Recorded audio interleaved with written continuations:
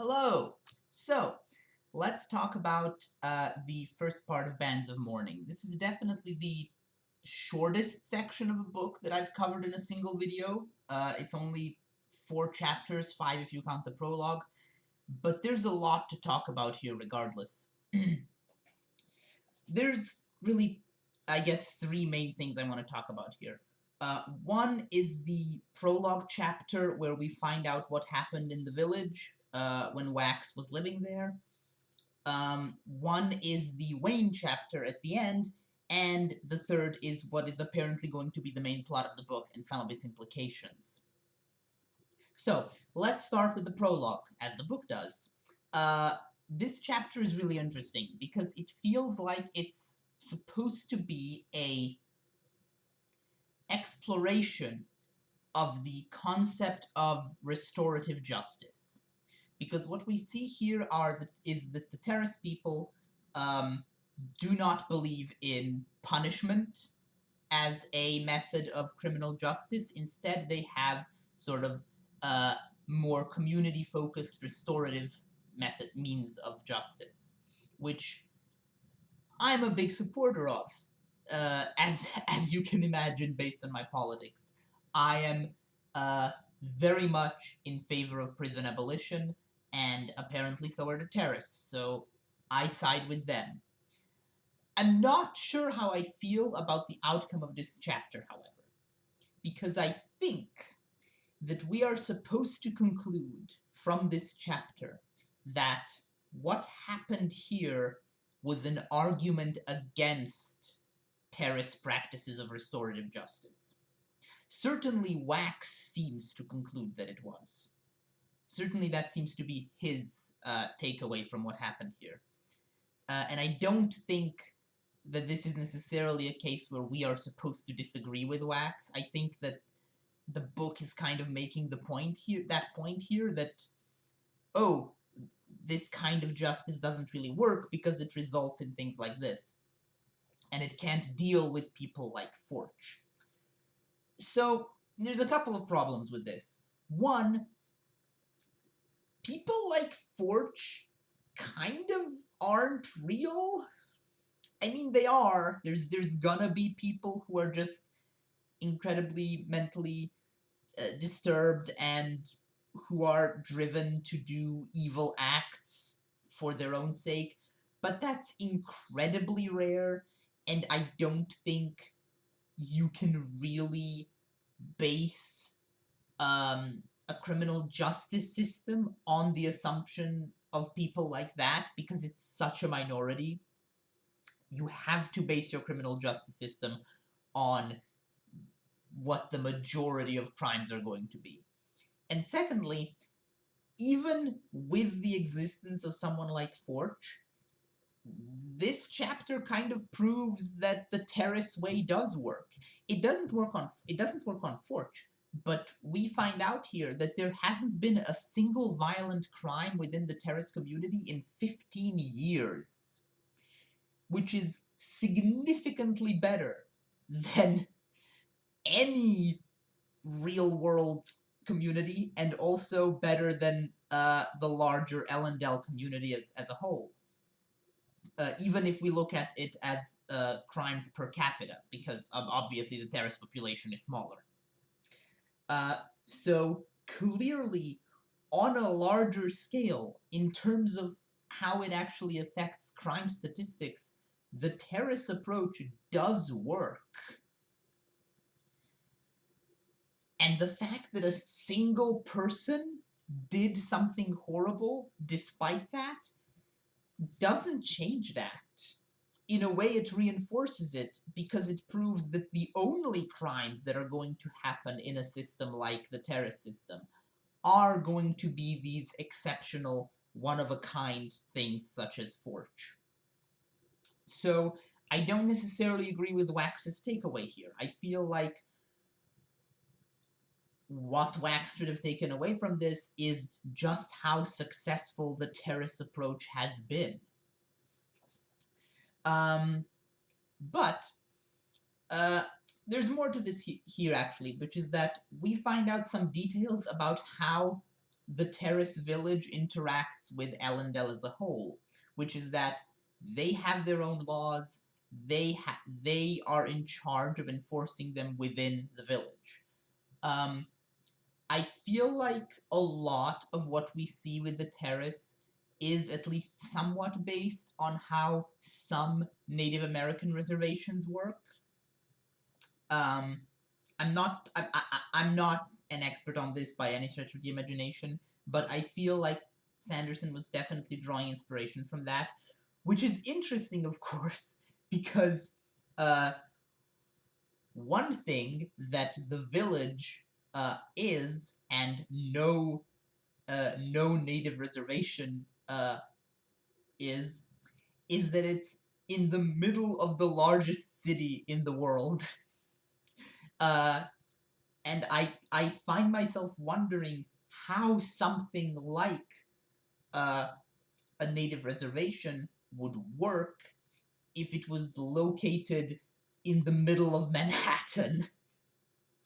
Um, in a way, it's a testament to how effective, I guess, Harmony's rules have been that this is allowed to exist. Because I imagine nothing like this would ever be allowed to exist in a location like this in the real world. But on the other hand, it also kind of sucks that the Terrace have to live in this way, like surrounded on all sides by a culture that is so alien to them in terms of their values. I can't help but wonder if it might have been better for Harmony to have given the Terrace a new homeland, like outside of Elendel, or for them to be more organically integrated into wider society and maybe have society itself be built more around some Terrace values and ideals. That would certainly be better for society as a whole. I just find it interesting, I guess, that after everything that's happened, the Terrace are essentially the only isolated ethnic group that exists in this world, because other than the Terrace, I'm pretty sure there are no established ethnic groups in this setting at this point. Like, everyone in the world is homogenous in terms of ethnicity, and then there's just the Terrace, which is interesting, and I do wonder how that affects both how the Terrace view the rest of the world and how the rest of the world views the Terrace. That's not something that's really been explored so far in Era 2. I'm hoping to see more of it.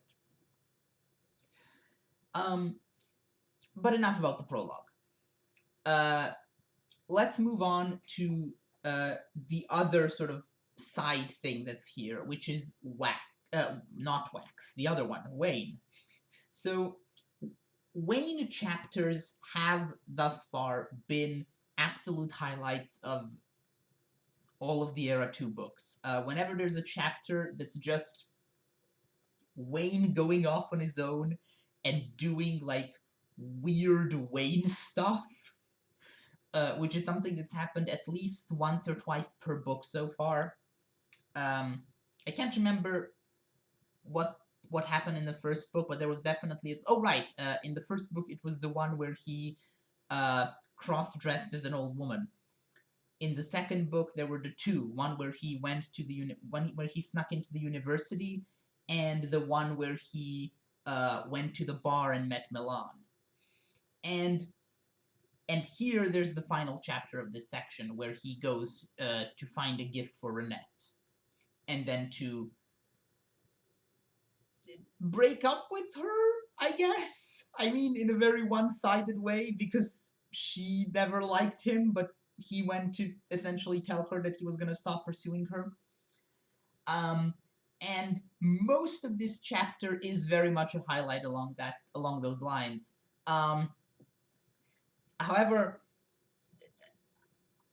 I, much like Renette and Wayne himself, am going to choose to ignore the weird somewhat homophobic comment that Wayne makes at the end there, because I don't think it reflects his actual views. I think he was going for a joke that landed poorly, probably. Um, but what I'm finding more difficult to ignore is what Wayne did earlier in this section of the book, which is ruined Wax and Steris's wedding for really bad reasons. So, obviously Wax isn't ready to get married, and I'm sure that Wax is going to have a whole arc about either coming to terms with marrying Steris, or realizing that he can't go through with it and canceling the wedding. Like, by the end of this book, I'm sure one of those two things will happen. And when that happens, Wax will be grateful for his wedding being ruined. When it was. But I can't help but feel that doing something like that is a horrible betrayal of friendship. Like, I'm really upset with the idea that Wayne is so confident that he knows what's best for Wax, that he's willing to actively ruin a wedding that, as far as Wax has made clear, he wants to go through with. So yeah, I'm very upset with Wayne for that. And I'm glad that Marasi has apparently genuinely moved on, because I was worried that this is going to become a love triangle, and I'm glad it's not. I'm glad that Marasi is no longer going to be pursuing Wax, because I do think Wax and Steris make for a very cute couple, and I do hope that they work things out and that Wax moves on from Lessie. As understandably difficult as that is, given the circumstances of Lessie's 2 deaths. And as for Wayne, I'm also glad to see him moving on from Renette, because frankly I find I always found that to be the least likable, the least charming part of Wayne as a character, the part where he was constantly pursuing a woman who was completely uninterested in him. That was just a weird element of the character, and sort of wrapping that whole plot line up in a neat little bow and ending it forever right here at the start of the book kind of feels like, in between the previous book and this one, Brandon himself realized that. Like, he realized that was a uniquely unlikable aspect of Wayne's character, and kind of out of character, in my opinion. Like, Wayne doesn't strike me as the sort of person who would, pursue someone past the point where they've made it clear they're not interested. So I'm glad that that's no longer gonna be happening, at least it seems that way. I'm also glad that, Renette is apparently gay, which is interesting, because I'm pretty sure this is the first explicitly queer character in the entire Cosmere? Unless I'm forgetting something? I think that might be the case. I know there's going to be one in the Stormlight archive going forward. I do know of a specific character who is going to turn out to be queer in the Stormlight archive, but as far as characters who have already been confirmed on the page where I'm at, I think this is the first one. Which, on the one hand, I get it. Brandon's Mormon. It's gonna take him a while to get to that stuff. On the other hand, it sure did take a while, huh? But I'll take it. I'll take it, and I won't complain. Even though I wish there had been more and earlier. Anyway, that's it for the Wayne part. The final part I want to talk about here is the stuff that our new Kandra friend, whose name I forgot to write down and also didn't remember, the new Kandra who is introduced here, who is not Milan, he reveals some fascinating stuff. The Bands of Mourning, Rashek's bands, um, I'll probably talk about those more in future parts of this. I'm not really that interested in that. What I'm interested here more is the concept of identity and investiture being transferable through Furukami. So this is really interesting. First of all, the idea of identity being transferable implies some very, very interesting things about the human soul that were also implied by the magic system on Nulthis. I talked in the previous video about Cosmere, about Arcanum Unbounded. I mentioned the idea that Nulthis and Scadrial might be somewhat connected because they are located in the same constellation. And I still don't necessarily think that holds water. I still think they might be unrelated, but this might be an argument in favor of that, because Nulthis and Scadrial now we have confirmation that the forms of investiture present on both of these worlds allow one to essentially externalize the soul. Like, take the human soul, the part of oneself that exists in the spiritual realm, and detach it from your body. On Nulthis, that takes the form of breath, and here on Scadrial, that apparently is possible through Furukami. And there's an argument to be made that the Emperor's Soul novella also kind of implies that it's also possible on Cell. So this might just be a universal Cosmere thing for all I know. But this strikes me as an interesting concept to explore, and I wonder how important this will be going forward once the three realms of existence, physical, cognitive, and spiritual, start playing a larger role in the plot, which I'm sure they will, because that's now been firmly established in multiple worlds. Once this structure of reality starts playing a larger role in the plot, I wonder how important the ability to completely detach yourself from your spiritual self is going to be. More interestingly, however, is the idea of investiture being transferable.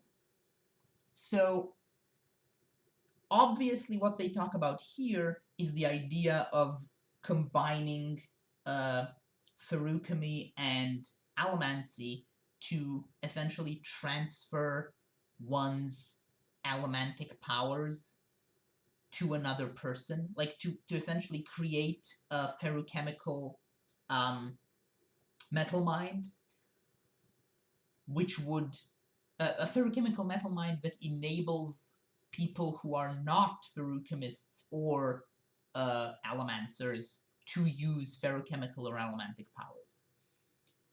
This is fascinating and has incredibly interesting implications socially and culturally, because of course this means that in the future this could go one of two ways if it becomes widespread. If they find a way to make this widespread without using hemalurgy, because that would require lots of human sacrifice, which I'm hoping is not what's going to happen, but it might be. We might be heading in a very dark direction with Scadrial society. But if that doesn't happen, if they find a way around that, maybe find a way to have non-lethal hemalurgy, or a way to, or just a way for people to gain powers, at least briefly, for the purposes of making these metal mines that doesn't require hemalurgy or something. If that becomes possible, there's two ways this could go. One is a way which significantly increases equality in the world by allowing people who aren't born with feruchemical or allomantic powers access to them, which would be fascinating. And two, equally fascinating but much darker, it could result in a situation where Feruchemists and Allomancers become essentially an exploited class whose powers are extracted against their will to serve the interests of the wealthy and powerful. Someone like Wax's uncle, for example, I imagine, would have no qualms about essentially having a farm of slave Feruchemists and Allomancers that he can harvest to give himself and his rich friends powers.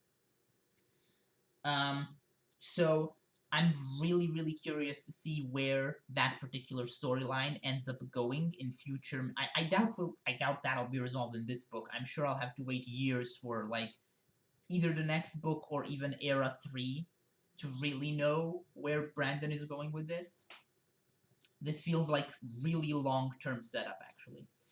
It also feels like setup for the ultimate resolution of the entire Cosmere. And the reason I say that is because we know that that the society on Scadrial will eventually gain interstellar travel and travel to other worlds in Era 4. Which to me, when I read this, implies that there could be some fascinating interactions if someone who is a Feruchemist who is able to store investiture and identity goes to one of the other worlds and acquires the investiture powers of that world. Now, this won't work for all worlds, because obviously on some worlds, investiture is something you have to be born with. But for example, imagine someone who is able to store investiture and identity going to Roshar and becoming a Radiant. And then when they become a Radiant, they store their investiture. Would that store their bond with their Nahel bond with the Spren as well? Would the Spren itself end up being bound not to a person, but to a metal mind that could then be given to someone else, essentially enslaving the Spren? If someone goes to Cell and masters Aeon Door, or even becomes an Elantrian, would they be able to store the quality of being Elantrian and transfer it to someone else? I feel like I could be way off base, but my feeling right now is that what we are seeing here is sowing the seeds for a magical mechanism that will be absolutely vital, not just for future Mistborn books, but for the ultimate saga of like Cosmere crossovers that's going to happen in like probably 15 years. Like, this is one of those things that feels like the beginning of a very long game for Sanderson. And I still don't know if he can pull it off, because the feeling I'm getting is that this is incredibly ambitious on his part. Something that's really never been done before. If he can pull it off, I will be incredibly impressed. Anyway, this is, like I said, this was a lot of talking about a very short part of a book. I'm going to go read the main meat of this book now, and I'll get back to you about that next week. See you then.